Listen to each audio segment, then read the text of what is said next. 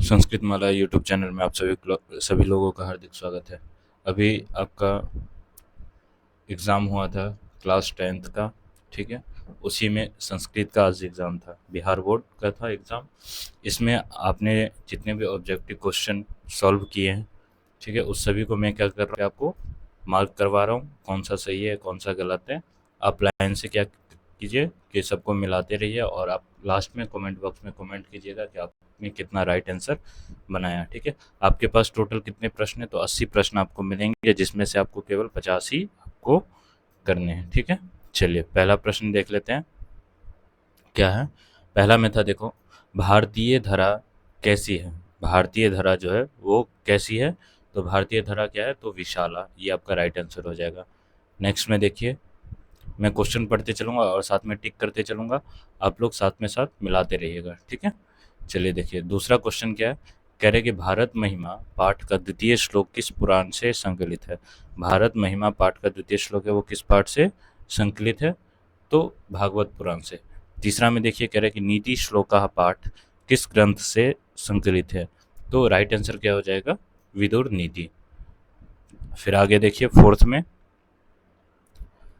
में क्या कह रहा है कि फोर्थ में है, धर्म की रक्षा किससे होती है। धर्म की रक्षा किससे होती है, तो राइट आंसर क्या हो जाएगा, सत्य से। फोर्थ तक हो गया, आप लोग मिलाते चलिए। और वीडियो कैसा लग रहा है, अच्छा लग रहा है तो कमेंट जरूर कीजिएगा, ठीक है। चलिए नेक्स्ट में देखिए, मंदाकिनी वर्णनम पाठ के कवि कौन है। मंदाकिनी वर्णनम पाठ के कवि कौन है, तो इसका राइट आंसर क्या था, तो राइट आंसर हो जाएगा वाल्मीकि। 6 में देखिए, नलिनीम पद का अर्थ है। नलिनीम पद का अर्थ क्या हो जाएगा, तो तालाब हो जाएगा। चलिए आगे देखिए, 6 तक हम लोग मिला चुके हैं। 7 में देखिए, कह रहे कि मंदाकिनी वर्णनम पाठ में किस नदी का वर्णन है। मंदाकिनी वर्णनम पाठ में, ठीक है, इसमें किस नदी का वर्णन है, तो राइट आंसर क्या हो जाएगा, गंगा का। चलिए आगे देखिए, अगर आप लोग चैनल पे नए आए तो चैनल को सब्सक्राइब जरूर कर लीजिएगा, ठीक है। संस्कृत से संबंधित जितनी जानकारियाँ वो यहाँ पर आपको उपलब्ध कराई जाती है। चलिए आगे देखिए, 8 नंबर में, प्रशासन ने भीखन टोला से 1 कोस की दूरी पर क्या स्थापित किया, ठीक है। तो राइट आंसर क्या हो जाएगा, इसका राइट आंसर क्या हो जाएगा, बताइए। राइट आंसर हो जाएगा प्राथमिक विद्यालय। नेक्स्ट में देखिए, 9वां प्रश्न क्या है। 9वां प्रश्न में कह रहे हैं कि भीखन टोला गाँव कहाँ है। भीखन टोला जो गाँव है वो कहाँ पर है, तो बिहार में। नेक्स्ट में देखिए, 10 में, कर्मवीर कथा में बालक किसकी शिक्षण शैली से आकृष्ट हुआ, तो राइट आंसर क्या हो जाएगा, शिक्षक। चलिए आगे देखिए, 11 नंबर क्वेश्चन में कह रहे हैं कि पुंसवन संस्कार कब होता है, ठीक है। पुंसवन जो संस्कार होता है वो कब होता है, तो राइट आंसर क्या हो जाएगा, जन्म से पूर्व। अगर आप लोग चैनल पर नए आए, चैनल को सब्सक्राइब नहीं किए, तो चैनल को सब्सक्राइब जरूर कर लीजिए और अपने दोस्तों को, साथियों को जरूर भेजिएगा, ताकि वो लोग भी जो एग्ज़ाम दिए होंगे, परीक्षा दिए होंगे, वो भी अपना जांच कर सके कि मैंने कितना सही किया गलत किया। और अगर तैयारी कम है तो फिर नेक्स्ट में वो तैयारी भी कर सकते हैं। चलिए नेक्स्ट में देखिए, 12 में, किस संस्कार के लोग वास्तविक जीवन में प्रवेश करते हैं, ठीक है। तो राइट आंसर का इसका क्या हो जाएगा, राइट आंसर हो जाएगा विवाह। नेक्स्ट में देखिए, 13 में, शैशवावस्था के संस्कार कितने हैं, तो राइट आंसर के कितना हो जाएगा, 6। चलिए आगे देखिए, 14 में क्या है, आर्य समाज संस्था के संस्थापक कौन है, तो राइट आंसर क्या हो जाएगा, दयानंद। फिर 15 में देखिए, स्वामी दयानंद के गुरु कौन थे। स्वामी दयानंद के गुरु कौन थे, तो राइट आंसर क्या हो जाएगा, बिरजानंद। चलिए आगे देखिए, नेक्स्ट में देखिए, 16 नंबर में, इसमें कह रहे कि आर्य समाज नामक संस्था की स्थापना कब हुई, तो राइट आंसर क्या हो जाएगा, आर्य समाज की स्थापना कब हुई, तो 1875 में। नेक्स्ट में देखिए, 17 में, भारत महिमा पाठ में कुल कितने पद्य हैं या मंत्र हैं, ठीक है।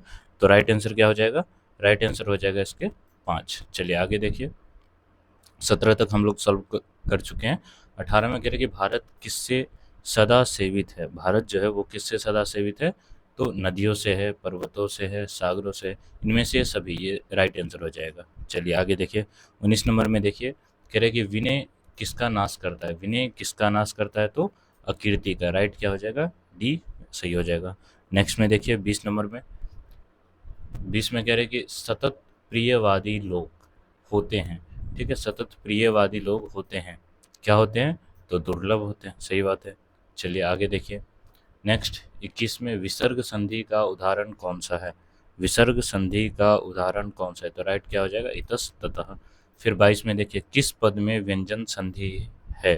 ठीक है, किस पद में व्यंजन संधि है? तो राइट क्या हो जाएगा? संयमः। इसमें क्या है? व्यंजन संधि है। नेक्स्ट में देखिए 23 नंबर प्रश्न में कह रहे हैं कि निहि प्लस रोगः, इसमें संधि बताना है। ठीक है, निहि प्लस रोगः की संधि क्या होगी? दोनों को जब संधि करेंगे तब आपको संधि बतानी है। संधि क्या हो जाएगी? राइट, तो निरोगः। ठीक है, चलिए नेक्स्ट देखिए। 23 तक हम मिला चुके हैं, और अभी तक चैनल पे नए आए लेकिन चैनल को सब्सक्राइब नहीं किया तो चैनल को सब्सक्राइब भी कर लीजिएगा। चलिए आगे देखिए। चार थे द्वंद्व का उदाहरण कौन सा है? चार थे द्वंद्व, द्वंद्व का उदाहरण कौन सा है? ये सूत्र है, इसका एग्जाम्पल पूछ रहे हैं आपसे। ठीक है, तो राइट आंसर क्या हो जाएगा? राइट आंसर हो जाएगा धर्मार्थ काम। नेक्स्ट देखिए 25 में, किस समास का प्रथम पद संख्यावाचक होता है? किस समास का प्रथम पद संख्यावाचक होता है? यानी ऐसा कौन सा समास है जिसमें जो प्रथम पद यानी जो पहला स्टार्टिंग जो पद रहता है वो संख्या रहता है? तो राइट आंसर क्या हो जाएगा? द्विगु समास। चलिए आगे देखिए। 26 में कह रहे हैं कि द्विगु समास का उदाहरण है। द्विगु समास का उदाहरण है, राइट आंसर बताइए क्या हो जाएगा? राइट आंसर क्या हो जाएगा? तो सप्ताह। नेक्स्ट में देखिए 27 में, नीलम उत्पलम का समस्त पद कौन सा होगा? ठीक है, नीलम और उत्पलम, इस दोनों का क्या करना है? हमें समस्त पद बताना है। तो क्या? नीलोत्पलम। राइट आंसर डी हो जाएगा। नेक्स्ट में देखिए 28 में देखिए, इसमें कह रहे हैं कि हिमालयात, देखिए इसमें इसमें कह रहे हैं कि हिमालयात गंगा प्रभवती वाक्य में हिमालयात पद में पंचमी विभक्ति किस सूत्र से हुई है? ठीक है, यहाँ पे पंचमी बताना है आपको कि पंचमी किस सूत्र से हुई? तो भुव प्रभव। फिर नेक्स्ट में देखिए संस्कृत में 29 नंबर में, कि संस्कृत में कारक के कितने भेद होते हैं? कारक के कितने भेद होते हैं? तो 6 भेद होते हैं। सही बात है। नेक्स्ट 30 में, बालकः सर्पात् बिभेति, रेखांकित पद में कौन सी विभक्ति? यहाँ जो रेखांकित पद है इसमें कौन सी विभक्ति है? तो राइट आंसर क्या हो जाएगा? राइट आंसर हो जाएगा पंचमी। चलिए आगे देखिए। 30 तक हम लोग मिला चुके हैं। इसमें से आपको 50 ही करना था, लेकिन आपको मैं सॉल्व पूरे के पूरे 80 कराऊंगा। चलिए आगे देखिए। 31 में क्या है? निर्धारण में कौन सी विभक्ति होती है? निर्धारण में कौन सी विभक्ति होती है? तो षष्ठी और सप्तमी दोनों होती है। चलिए नेक्स्ट में देखिए 32 नंबर क्वेश्चन में। 32 में कह रहे हैं कि अध्यात्म शब्द में कौन सा उपसर्ग है? अध्यात्म शब्द में कौन सा उपसर्ग है? तो राइट आंसर क्या हो जाएगा? अधि उपसर्ग है। नेक्स्ट में देखिए 33 में, इसमें कह रहे हैं कि अभिप्राय में कौन सा उपसर्ग है? अभिप्राय में कौन सा उपसर्ग है? तो अभि उपसर्ग है। नेक्स्ट में देखिए 34 में, इसमें कह रहे हैं कि वैष्णव में कौन सा तद्धित प्रत्यय? वैष्णव में कौन सा तद्धित प्रत्यय? तो राइट आंसर क्या हो जाएगा? राइट आंसर हो जाएगा अण प्रत्यय। ठीक है, नेक्स्ट में देखिए 35 में, समाज प्लस ठक से कौन सा शब्द बनेगा? समाज में जब ठक प्रत्यय करेंगे तब कौन सा शब्द बनेगा? तो सामाजिक। बी नंबर आंसर जो है वो आपका राइट हो जाएगा। ठीक है, चलिए नेक्स्ट में देखिए 35 तक हम लोग सॉल्व कर चुके हैं। 36 नंबर प्रश्न देखते हैं। 36 में क्या है कि लघुत्तरम में कौन सा तद्धित प्रत्यय? लघुत्तरम में कौन सा तद्धित प्रत्यय? तो तरप प्रत्यय। नेक्स्ट में देखिए 37 नंबर में, इसमें कह रहे हैं कि अस्मत् शब्द का षष्ठी बहुवचन का रूप लिखना है। अस्मत् शब्द का षष्ठी बहुवचन का रूप लिखना है, तो क्या हो जाएगा? अस्माकम। 38 में देखिए विद्वत शब्द का रूप तृतीय एक वचन में क्या होगा? ठीक है, विद्वत शब्द है, उसका रूप चलाना है और तृतीय विभक्ति एक वचन में हमें रूप बताना है। तो राइट आंसर क्या हो जाएगा? विदुषा। चलिए नेक्स्ट में देखिए 38 हो गया। अब चलते हैं हम 39 पे। इसमें कह रहे हैं कि युष्माकम का मूल शब्द क्या है? युष्माकम का जो मूल शब्द है वो क्या है? युष्मत शब्द है। नेक्स्ट में देखिए 40 में कह रहे हैं कि पा धातु के लोट लकार मध्यम पुरुष एक वचन का रूप कौन सा होगा? ठीक है, पा धातु लोट लकार मध्यम पुरुष में हमें रूप बताना है। राइट आंसर क्या हो जाएगा? पीवर। नेक्स्ट में देखिए अगला प्रश्न क्या है?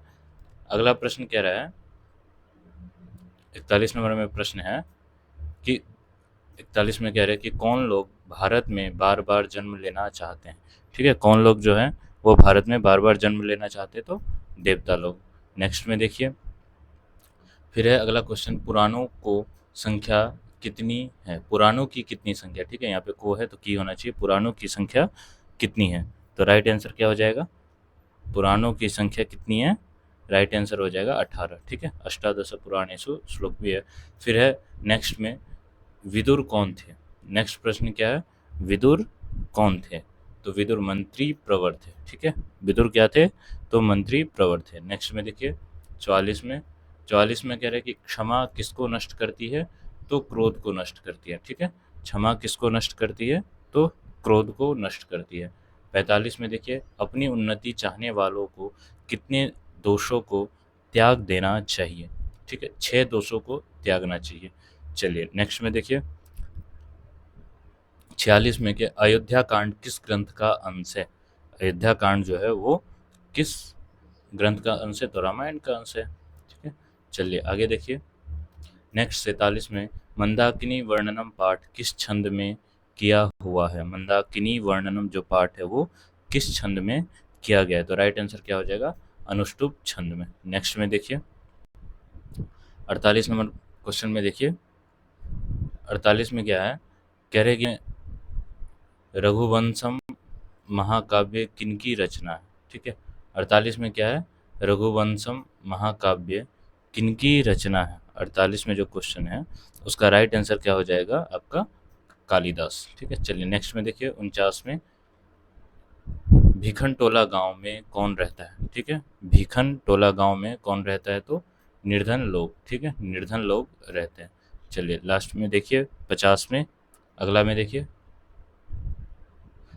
50 में कह रहे कि दलित बालक का नाम क्या था, दलित बालक का नाम क्या था, तो राम प्रवेश राम।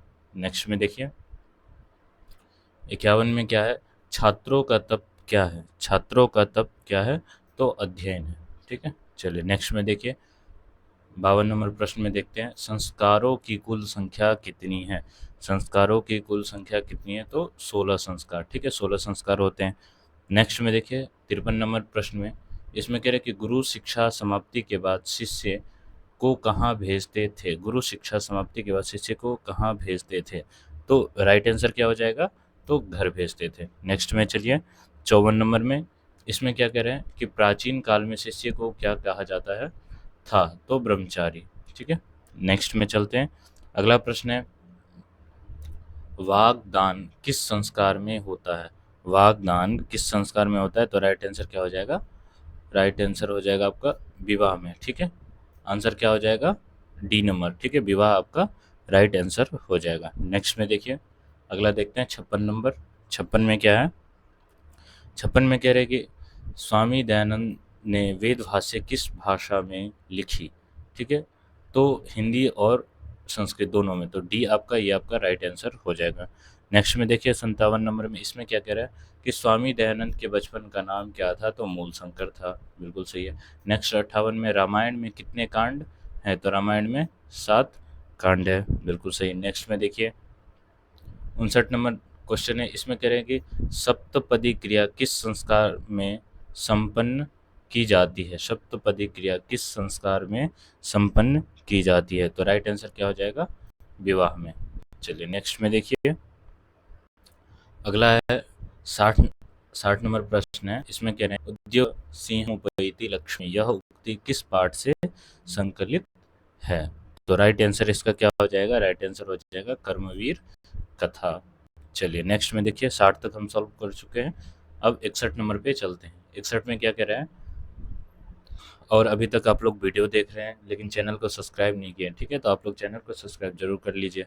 नेक्स्ट में देखिए 61 में, इसमें कह रहा है कि सह पद का मूल रूप क्या है, सह पद का मूल रूप क्या है, तो तत् है।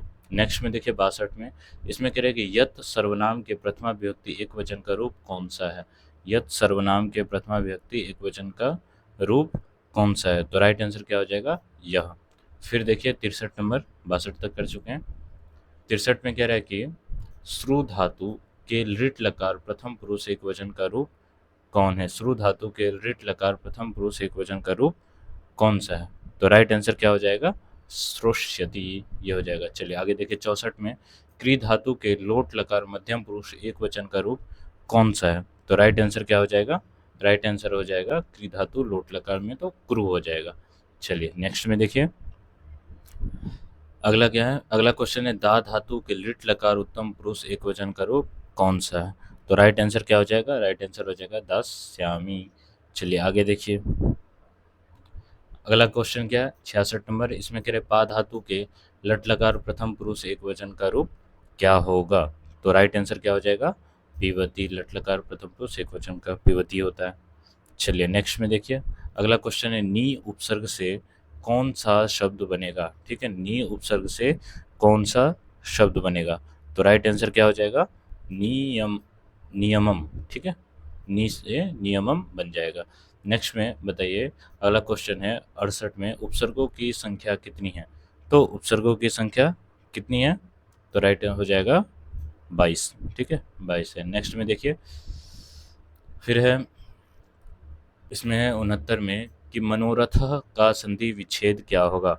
मनोरथ का संधि विच्छेद क्या होगा? तो राइट क्या हो जाएगा? मन प्लस रथ मनोरथ।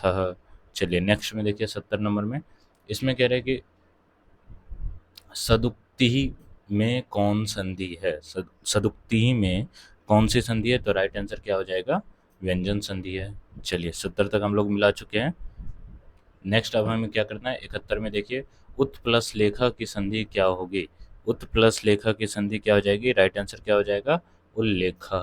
चलिए नेक्स्ट में देखिए 72 नंबर, इसमें कह रहे हैं कि किस शब्द में तल प्रत्यय है? किस शब्द में तल प्रत्यय है? तो राइट आंसर क्या हो जाएगा? जनता। जनता में तल प्रत्यय है। नेक्स्ट में देखिए 73 नंबर प्रश्न में कह रहे हैं कि पठनम में कौन सा प्रत्यय है? ठीक है, पठनम में कौन सा प्रत्यय है? तो राइट आंसर क्या हो जाएगा? ल्युट प्रत्यय है। नेक्स्ट में देखिए, नेक्स्ट है अगला प्रश्न है 74 नंबर, इसमें कह रहे हैं कि गमनम में कौन सा प्रत्यय है? गमनम में कौन सा प्रत्यय है? तो ल्युट प्रत्यय होता है। फिर है 75 में, पीताम्बरम किस समास का उदाहरण है? पीताम्बरम किस समास का उदाहरण है? तो कर्मधारय का उदाहरण है। नेक्स्ट में देखिए, नेक्स्ट में देखिए अगला क्या है आपका 76 नंबर प्रश्न, इसमें कह रहा है कि पाणिपादम में कौन सा समास है? पाणिपादम में द्वंद्व समास है। चलिए नेक्स्ट में देखिए, अगला क्या है 77 नंबर प्रश्न है, इसमें कह रहे हैं कि माता पितरों का विग्रह करें। माता और पितरों का विग्रह जब करेंगे तब क्या हो जाएगा? माता च पिता च माता पितरों। चलिए नेक्स्ट में देखिए, 77 तक हो चुका है। 78 में, इसमें कह रहे हैं कि ईश्वर पापात त्रायते, इस वाक्य में पापात में कौन सी विभक्ति है? तो वो इसमें बता रहे हैं कि पापात में कौन सी विभक्ति है? तो राइट आंसर क्या हो जाएगा? पंचमी विभक्ति है। नेक्स्ट में संबंधे षष्ठी का उदाहरण है। संबंधे षष्ठी का उदाहरण क्या हो जाएगा? रामस्य भ्राता। चलिए नेक्स्ट में देखिए 80, इस 80 में है यानी लास्ट क्वेश्चन है आपका, कह रहे कि मृगः सिंहात बिभेति वाक्य में सिंहात पद में पंचमी विभक्ति किस सूत्र से हुई है?